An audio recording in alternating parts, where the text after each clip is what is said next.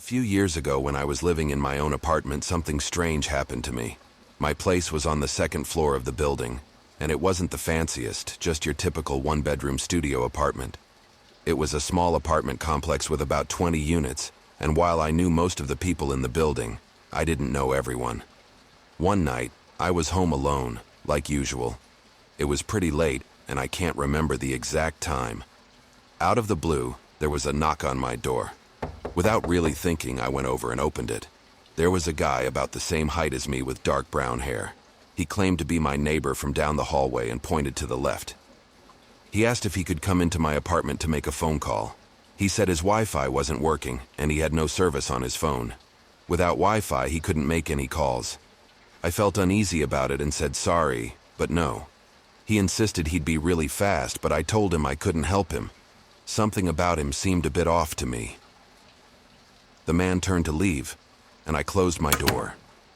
Curiosity got the better of me, and I opened my door again slightly to see where he went. I had never seen him before, and I knew most of the people in the building. It wasn't that big. I wondered if he'd knock on someone else's door. So I quietly opened my door and peeked around the corner. He walked to the end of the hall and went into the elevator. I was suspicious that he didn't even live here.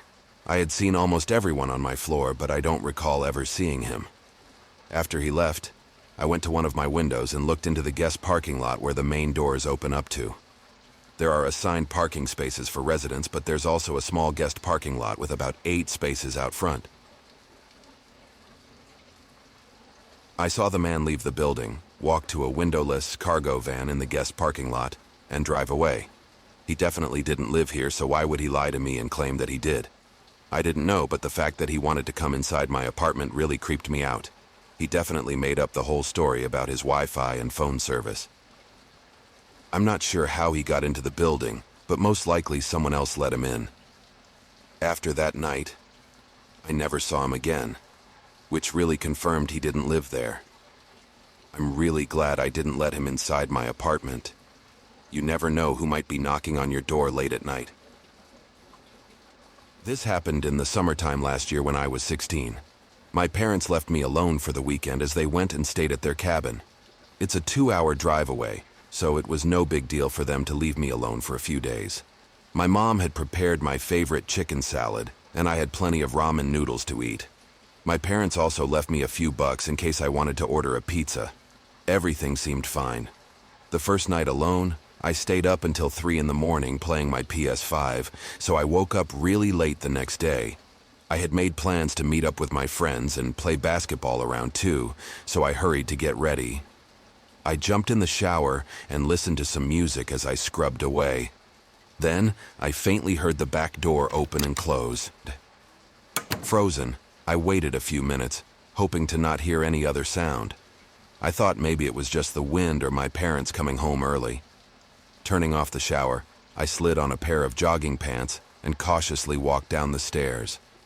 When I got to the bottom of the staircase, I took a deep breath before turning the corner and going into the kitchen. Standing about 3 feet away from me was a man with this creepy smile. He was just standing there looking directly at me. Startled, I punched him in the face as hard as I could and ran back up the stairs to my parents' room. I locked the door behind me and barricaded it with a chair. I crawled under their bed and called 911. Paralyzed with fear, I laid on the floor, staring at the door's gap, praying for help. I could hear his footsteps coming up the stairs and could see the shadows from his feet underneath the door. Terrified, I braced myself for him entering the room and made sure that I was super quiet. I could hear the guy walk away and his footsteps echoed down the hall. Just then, I heard the faint sound of police sirens. When the police officers arrived at my home, I told them what happened and described the intruder as best as I could. Nowadays, my parents don't leave me home alone, and I find myself checking every lock and every window before going to bed. I still have nightmares about that day, and I get nervous around strangers that I think could be that guy. The police never found the intruder, and I am still fearful that one day I will see him lurking outside. 3 years ago, when I was 16, I met this guy on Facebook. I will call him Craig for privacy reasons. We both went to a nearby school, and after chatting, we decided to meet up for a movie. Things seemed great at first, and we actually ended up dating. The first time he came over to my parents' house, though, things were a bit weird. I noticed he had an ankle monitor for house arrest, but he wouldn't tell me why. That was definitely a red flag. My parents were really concerned, but since he was a minor, my parents couldn't find out more. They told me to stay away from him and forbid me from hanging out with him. Despite that, we still hung out secretly, either at his house or around town. One day, we were in his bedroom, messing around, and I noticed someone standing outside looking through the blinds of his bedroom window. When I told Craig that someone was watching us, he said it was his dad and that he just liked watching. I found his answer to be really creepy and weird. Things took an even darker turn when I decided to break up with him. He started crying, saying he was in leukemia treatment and that he really needed me. Feeling sympathetic, I reluctantly agreed to be friends. Unfortunately for me, that's when the stalking began. Although we didn't have any classes together, he'd stand outside my classroom just staring. It then escalated to him following me home, getting on the same bus, and walking behind me to my house. I was too scared to confront him. When I finally told him to leave me alone, the harassment intensified. I received over 30 threatening calls and text messages each night. Half of them were filled with death threats, the other half love songs playing in the background or him reciting poetry. Blocking his number didn't work. He just kept getting new ones. One morning, I found a chocolate box shaped like a heart on our front porch. It had a large knife sticking out of the top of the box. Attached to the box was a creepy message saying, "I'm never going to let you go." I was so terrified and I told my parents. They contacted my school and the school suspended him. But he persisted, waiting at my bus stop and walking home with me. One day, he ran and grabbed me so tightly. It hurt so bad and felt like he had cracked one of my ribs. He apologized in a voicemail while dedicating another creepy love song to me. The scariest night was when I woke up, went to the kitchen, and saw a silhouette in my backyard. It was him, just standing there, staring. I yelled, and he vanished by the time my dad went outside to check. What was even more creepy was that I hadn't seen him in person for a good while after that. But every few months, he would create new Facebook profiles to friend request me. I would block and report each one. I ended up filing a restraining order, and my dad got a gun, just in case that weirdo showed up again. A couple of years ago, I went on a trip to visit some college friends cross-country. The nearly 18-hour drive was a daunting task, so I decided to split it into 2 9-hour sessions. I booked an Airbnb on the way there, and booked a different one to stay at on the way home. It was a chilly winter night when I reached a small town around 9:30 p.m. The area was tiny, surrounded by farms and isolated houses, and it made it the perfect halfway point for my long drive. The last Airbnb was in an even smaller town among a few stores and scattered houses. As I approached the Airbnb, it struck me as peculiar. Even though it was somewhat modernized with cabin-style features, it seemed out of place compared to the other houses. I parked on the gravel driveway, entered the code, and explored the interior, which matched the online pictures. After settling into the bedroom, I headed to the couch to kick back and relax a bit. That's when things took an unexpected turn. As I picked up the remote, a tapping noise caught my attention. It was a disheveled woman with wild eyes tapping on the window, pointing toward the front door before walking away. Feeling a mix of surprise and unease, I went over to the door, cracked it open, and asked what she needed help with. She claimed that she needed help with her car that stalled down the road. Despite her repeated requests, I hesitated, unable to see anything down the road. I told her that I could call a towing service for her, but she was adamant that I step out to help her. Unsettled, I declined to help and closed the door. The whole thing just felt off, and I was unsure if she was merely eccentric or if something more sinister was at play. I went back and sat on the couch.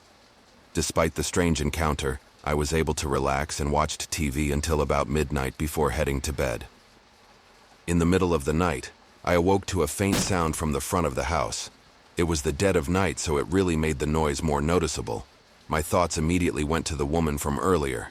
Nervously, I got out of bed and walked toward the front door where the noise was coming from. I placed my ear to the door to see if I could figure out what was making the noise, and then the door flung open and pressed against me. I struggled to close the door, and it felt like a battle of strength until the intruder abruptly gave up and fled down the driveway. Terrified and unsure of their intentions, I quickly locked the door and peered out the window and saw a large man running away as he vanished into the darkness. Without hesitation, I grabbed my belongings, ran to my car, and drove away, leaving the strange Airbnb behind. To this day, I wonder if the woman and the mysterious man were connected. I'm truly grateful that I escaped whatever ominous fate awaited me that winter night. Back when I was around 16, my family lived in a farmhouse. It sat at the end of a dirt road, making it feel like we were in the middle of a wilderness adventure. One night when my family was away, I found myself home alone, and things took a creepy turn. It was nearing midnight, and I was sprawled on our living room couch with Max, our aging family dog.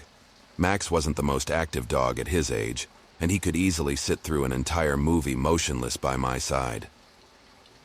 During a quiet part in the movie, Max's ear perked up, and he turned his head towards the front door.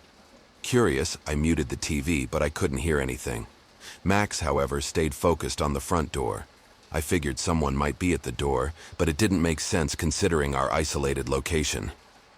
We rarely had unexpected visitors, and the house was not easy to find. Brushing it off as maybe an animal, I turned the TV volume back on. Shortly after, Max started growling, still fixated on the same spot. This was unusual. I'd only heard him growl a couple of times before. Feeling a bit uneasy, I decided to go outside to see what Max was barking at. Grabbing one of our family's many guns, I cautiously approached the front door. Opening it, I saw nothing. Undeterred, I stepped outside, looking into the pitch-black night. Seeing nothing, I turned back around. However, just a step away from the house, I spotted a man curled up on the deck's edge, trying to hide. Frozen, I debated my next move. I couldn't bring myself to approach the mysterious man, so I silently circled to the back door, which, unsurprisingly, was unlocked. As I got inside, I swiftly locked all doors and windows around the house and then called the police. It took what felt like an eternity for them to arrive, but when they did, a thorough search yielded no trace of the intruder. The police left, and I, feeling somewhat relieved, decided to call it a night. The next morning, as I prepared breakfast, I noticed something unsettling. A large knife from our kitchen block was missing. I was sure it was there the night before. Alarmed, I called the police again.